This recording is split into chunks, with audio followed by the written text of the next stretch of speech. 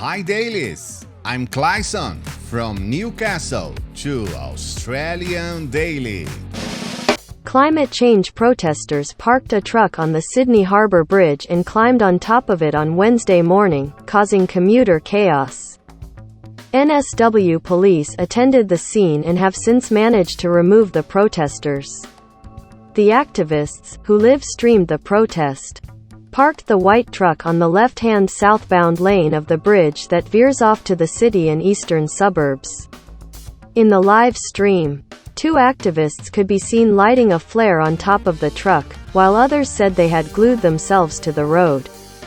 One of the protesters, who identified himself as 40-year-old firefighter Alan, called for more firefighting equipment to prevent bushfires. Two of Fireproof Australia have glued themselves to the roadway, and until the police able to unstick their hands they will stay there in front of this truck, he said in the video. Officers from Sydney City Police Area Command and Police Rescue are responding, police said in a statement. Motorists are advised of potential delays and to avoid the area if possible. Earlier this week, a fireproof protester who ran onto the playing field and lit a flare during the NRL Cronulla West's Tigers match on Sunday was jailed for 3 months. Andy George, 32, pleaded guilty to 2 offences in Sutherland local court on Monday after being refused bail. In recent weeks, members of the group have blocked a number of roads, including Manly's Spit Bridge and Brighton La Sands Grand Parade. Last month, the NSW government rushed through new legislation that makes blocking roads or transport routes an offence that can carry up to 2 years imprisonment. Good morning. I'm Alan Glover. I'm a comedian, but this is not funny. I'm also an actor, but this is not pretend.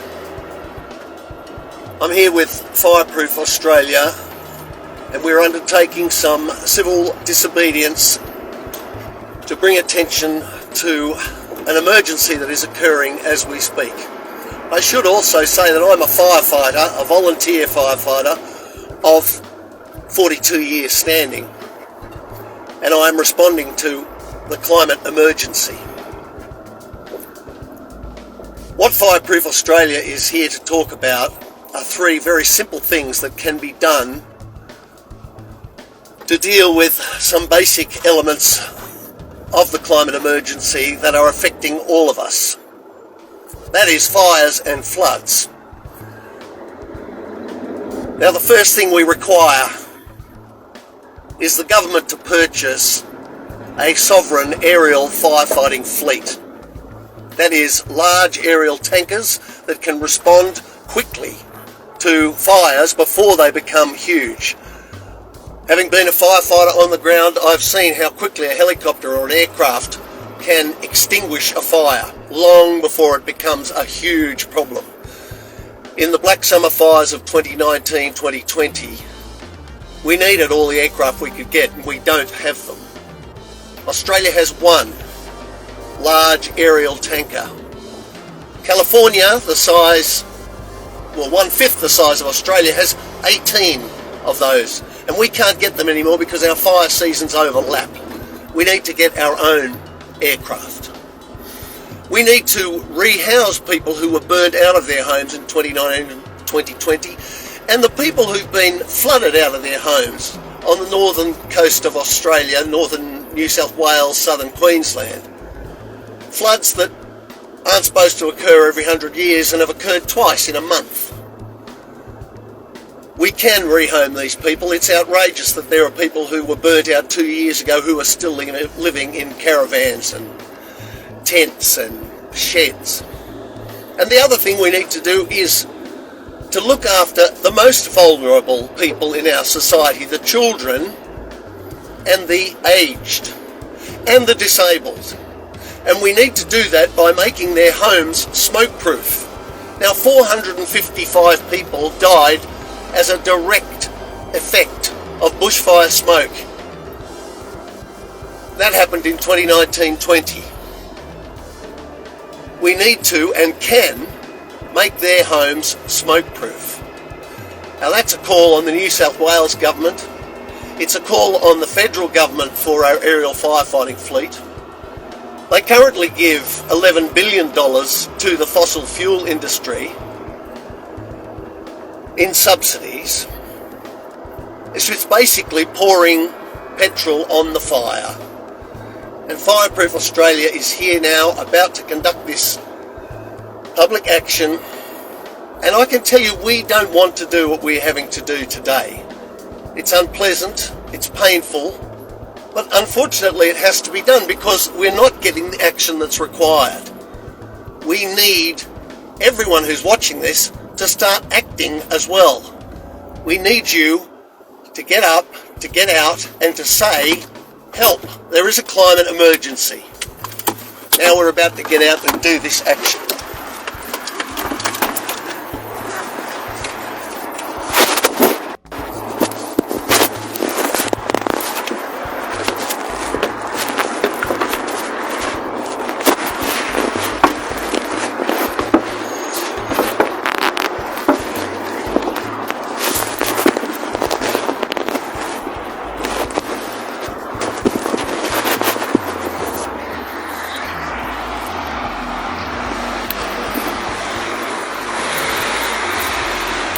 Alright, well here we are.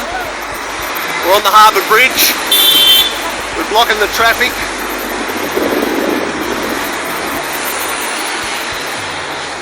We don't want to do it. We have to do it. There's more of us down here.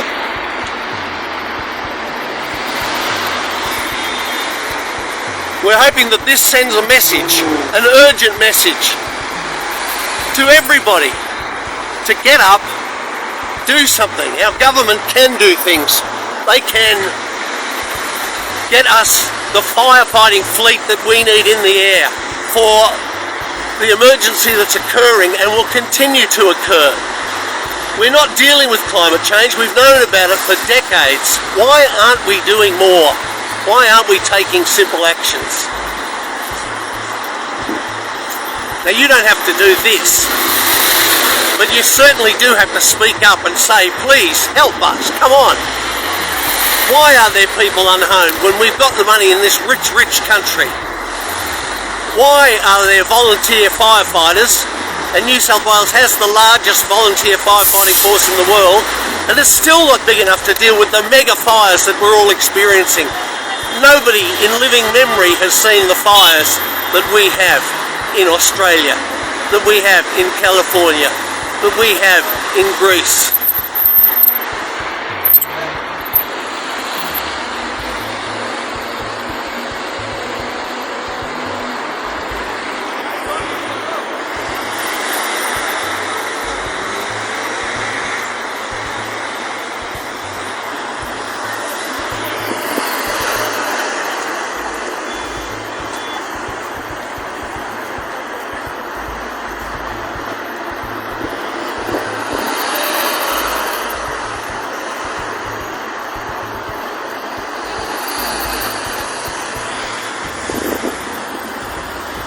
Well, this is as live as you can get.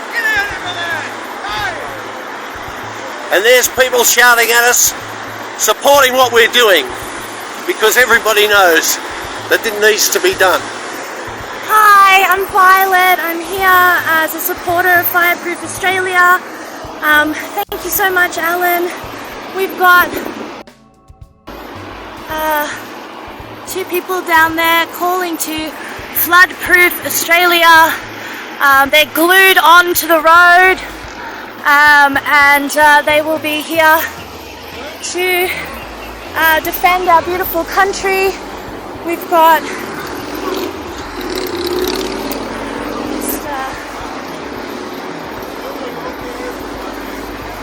trying to get a, gonna be screenshotting. Oh look, that's a good view. There you go. Come over here. They're going to screenshot this for our socials. Yeah, look at that. Thank you. Alright, cool. So, as Alan was saying, we're here to protect Australia from the devastating bushfires, from the floods. this is a small inconvenience compared to what is happening, the destruction of our planet, the disruption of Australia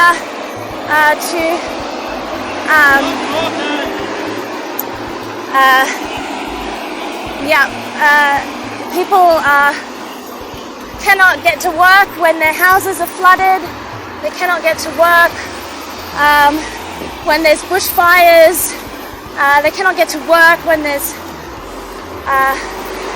too much smoke.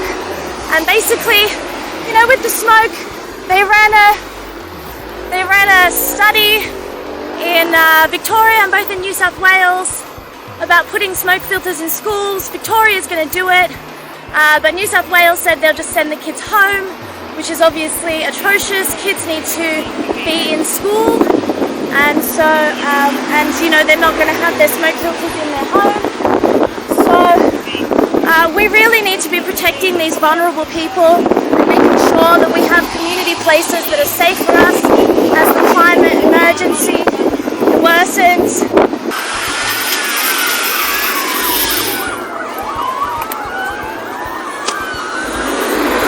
This is an emergency situation.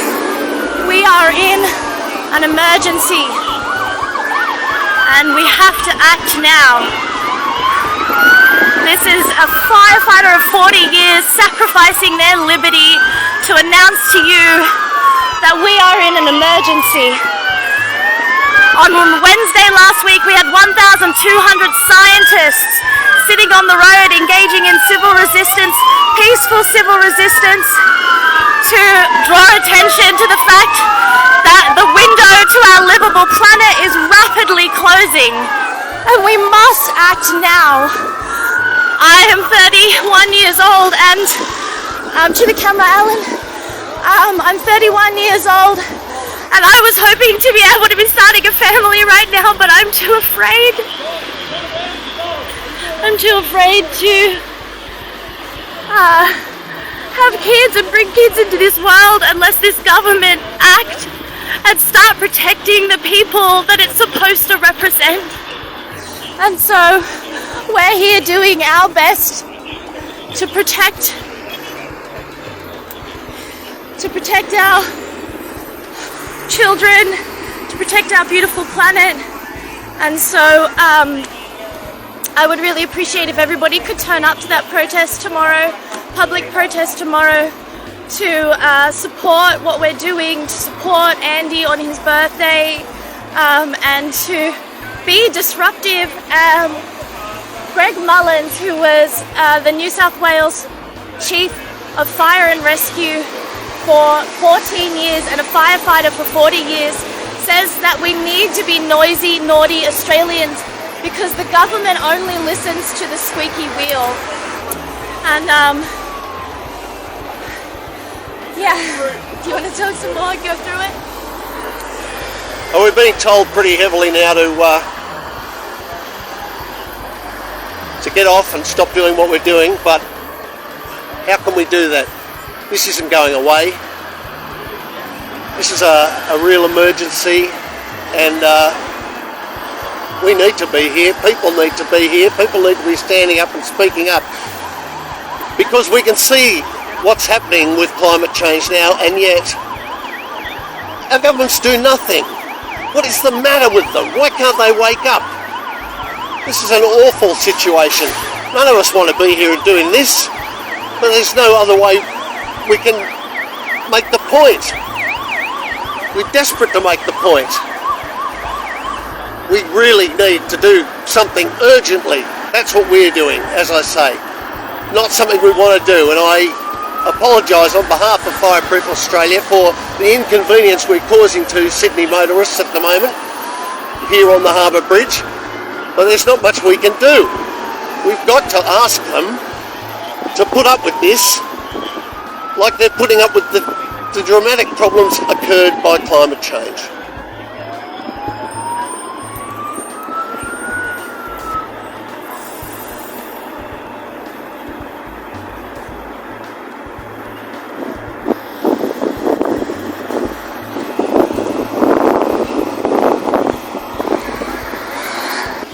A firefighter of 40 years and I'm a 31-year-old woman who just wants to feel safe in having kids, and I don't feel that because our government is not protecting us. They're not following the expert advice.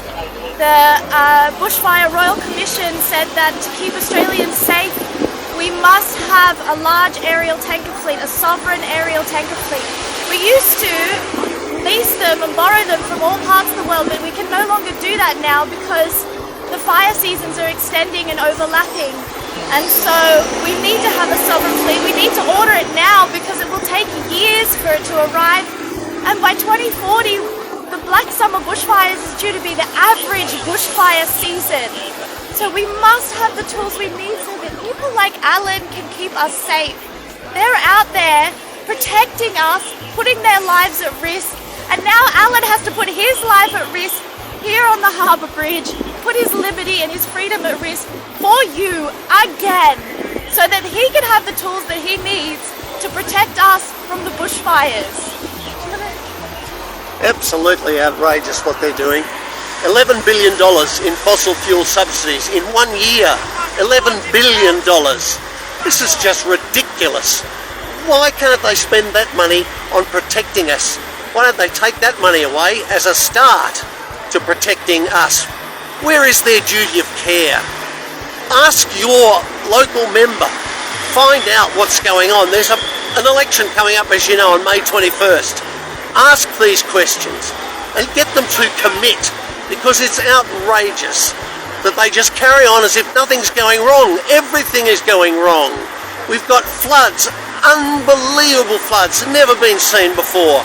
The fires, as you know, unbelievable months and months of fires right up and down the east coast of Australia, into South Australia, over to Tasmania, in Western Australia. It's outrageous that we have one aerial firefighting tanker, one, for the whole nation. Absolutely ridiculous. British Columbia, one section of Canada, has 20 aircraft for firefighting. 20 dedicated aircraft. We have one. We need to order them now. We can get them by the end of this decade if we're lucky. And meantime, what's going on? Well, the fire season's going to come back and we're going to burn. We're going to burn again. It's an outrageous thing. So, simple things. Rehome the people. Get us an aerial firefighting fleet. And protect the vulnerable, the children, the aged, the disabled, the people who can't help themselves. We able-bodied people can come here and make this protest and ask for people to pay attention, to speak up, and to get the change that's required. I'll show you what's going on below us.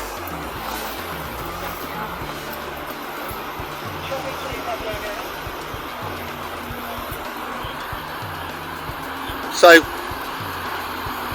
two of Fireproof Australia have glued themselves to the roadway.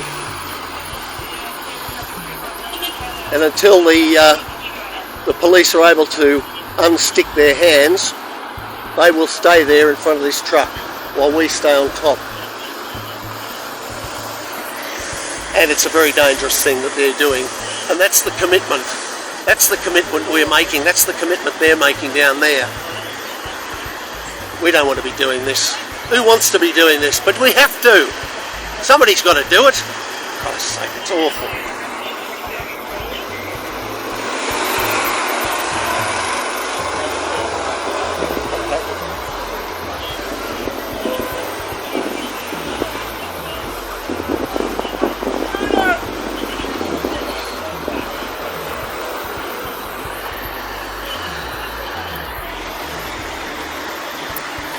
I want to talk about the latest IPCC report.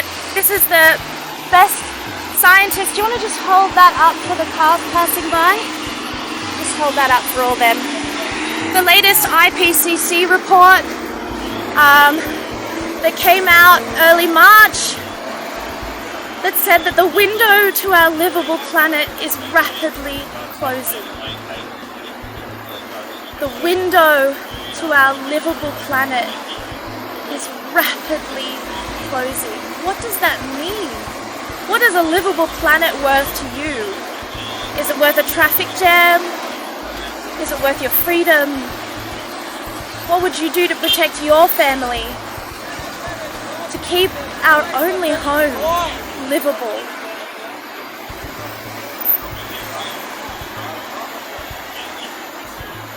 Last Wednesday, 1,200 scientists glued onto the road.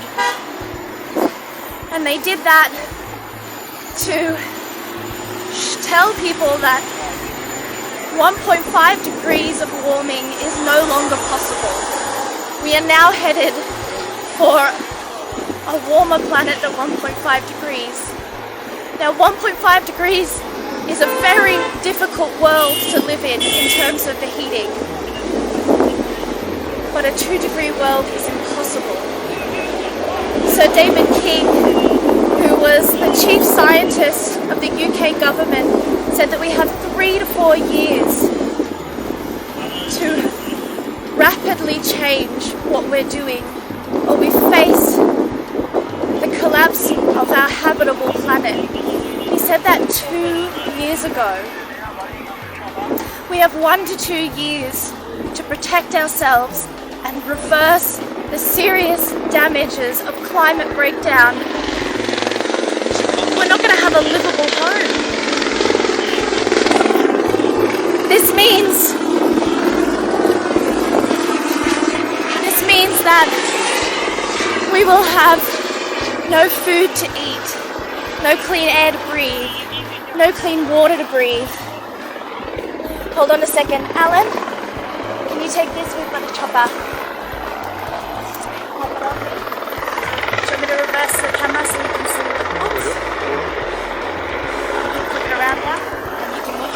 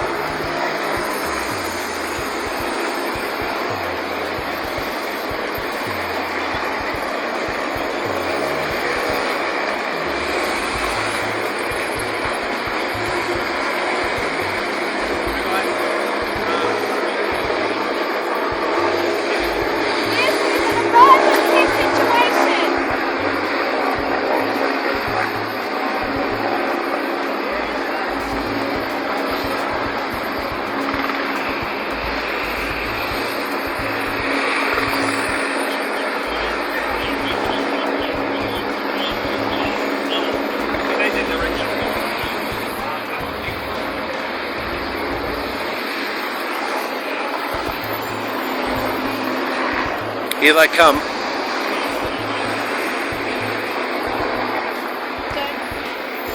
Don't resist. Don't assist it.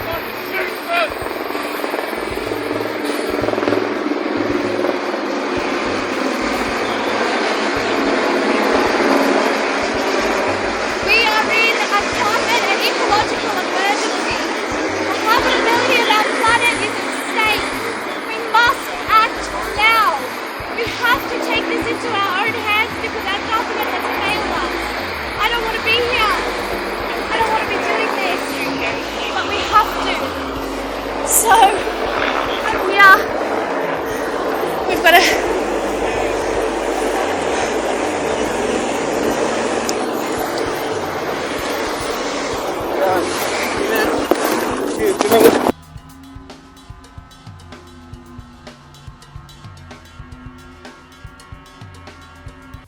And so, don't forget to click like, subscribe to the channel, activate the bell to be notified of the next video, support our channel with a PayPal donation. Thank you very much.